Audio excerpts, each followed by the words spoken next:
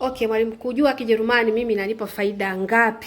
Yaani kwa nini nijifunze Kijerumani? Mimi sio Mjerumani wala nini, inanisaidia wapi, inanisaidia kwenye nini? Kama tunavyojua sasa hivi dunia ilivyobadilika, dunia ina fursa nyingi sana. Kwa nchi za wenzetu ukiwa unajua lugha mbalimbali unakuwa na fursa nyingi sana.